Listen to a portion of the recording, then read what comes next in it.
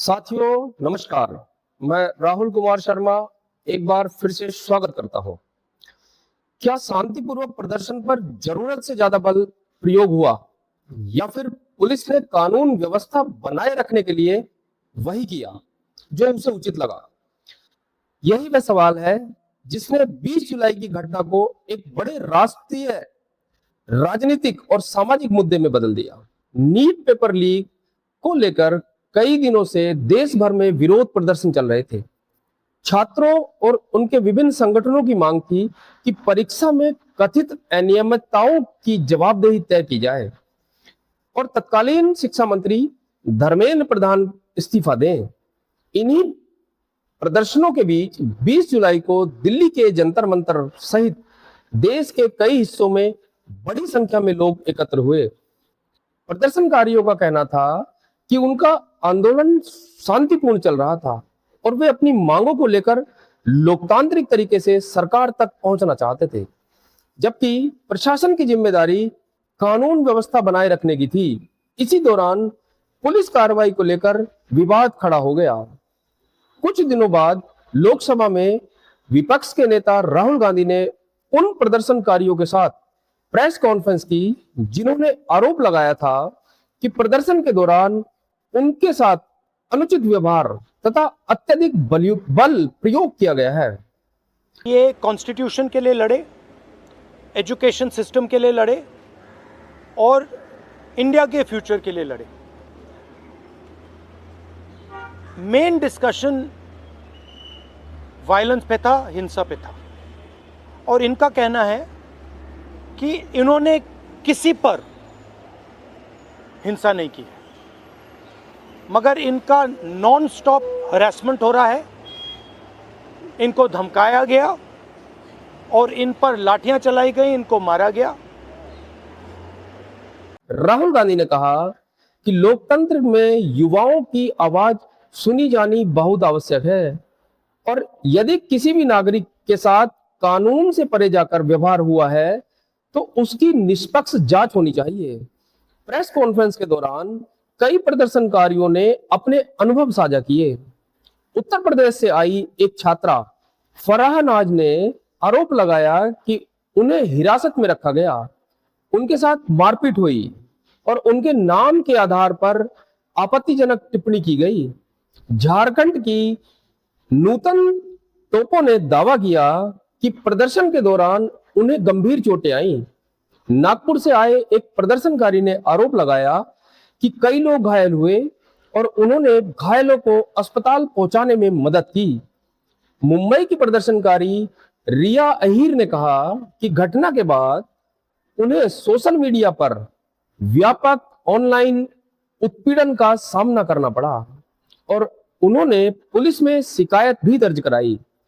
एक अन्य प्रदर्शनकारी मुस्कान ने आरोप लगाया कि शांतिपूर्वक प्रदर्शन के दौरान उनके साथ अनुचित बल का प्रयोग किया गया और बाद में सोशल मीडिया पर उनकी पहचान को लेकर भी आपत्तिजनक टिप्पणी की गई। मैं फरानाज उत्तर प्रदेश से आई हूँ।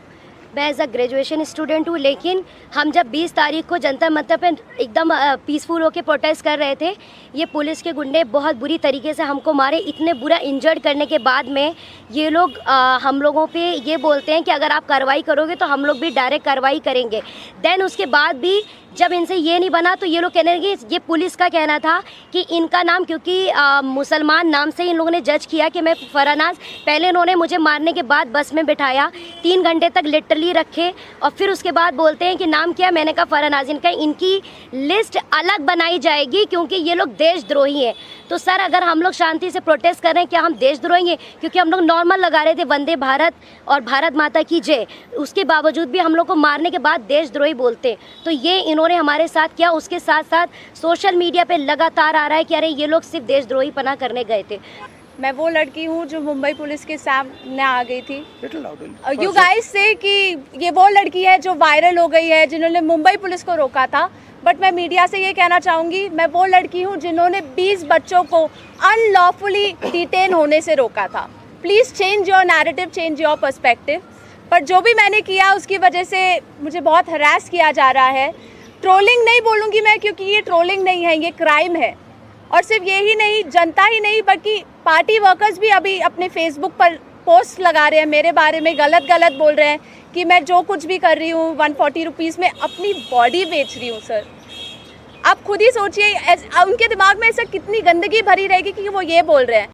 इन सभी आरोपों की स्वतंत्र पुष्टि सार्वजनिक रूप से उपलब्ध नहीं है और ऐसे मामलों से संबंधित अधिकारियों का पक्ष तथा किसी भी आधिकारिक जांच के निष्कर्ष की भी महत्वपूर्ण होते हैं। अगर इस पूरे घटनाक्रम को केवल एक दिन की घटना मान लिया जाए तो शायद तस्वीर अधूरी रह जाएगी, क्योंकि 20 जुलाई का प्रदर्शन कई दिनों से चल रहे छात्र आंदोलन का एक महत्वपूर्ण पड़ाव था। नीट पेपर को लेकर उठे सवालों ने परीक्षा प्रणाली की विश्वसनीयता पर राष्ट्रीय बहस छेड़ दी थी। विभिन्न छात्र समूहों और संगठनों ने पारदर्शिता, जवाबदेही और निष्पक्ष जांच की मांग की। समय के साथ विरोध प्रदर्शन कई शहरों तक पहुंचे और दिल्ली का जंतर मंतर इस आंदोलन का प्रमुख केंद्र बन गया।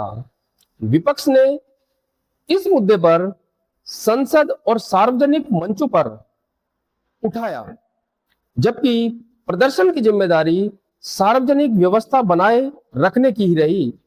इस पूरे विवाद का एक दूसरा पहलू सोशल मीडिया भी रहा, जहां प्रदर्शन से जुड़े वीडियो, तस्वीरें और व्यक्तिगत अनुभव तेजी से वायरल होते गए।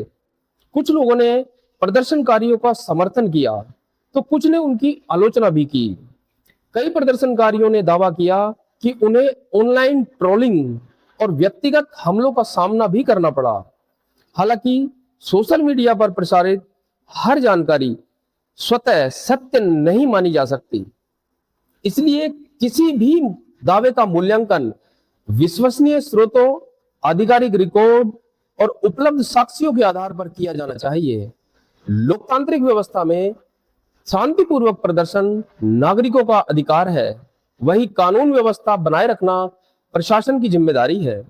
इसलिए यदि प्रदर्शनकारी अत्यधिक बल का प्रयोग करने का आरोप लगाते हैं तो उन आरोपों की भी निष्पक्ष जांच होना उतना ही आवश्यक है जितना कि प्रशासन के पक्ष को भी निष्पक्ष रूप से सुना जाना।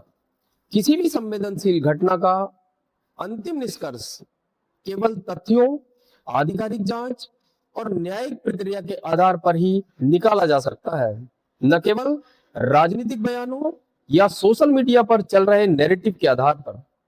यही लोकतंत्र की मजबूती है और हर पक्ष को अपनी बात रखने का अवसर मिले और सत्य की पुष्टि निष्पक्ष प्रक्रिया के माध्यम से हो। अब देखना यह होगा कि इस पूरे मामले में आगे आधिकारिक जांच, न्यायिक प्रक्रिया और राजनीतिक घटनाक्रम किस दिशा में आगे बढ़ते हैं। आप इस पूरे घटनाक्रम को किस नजर से देखते हैं, अपनी राय हमें कमेंट सेक्शन में जरूर बताएं।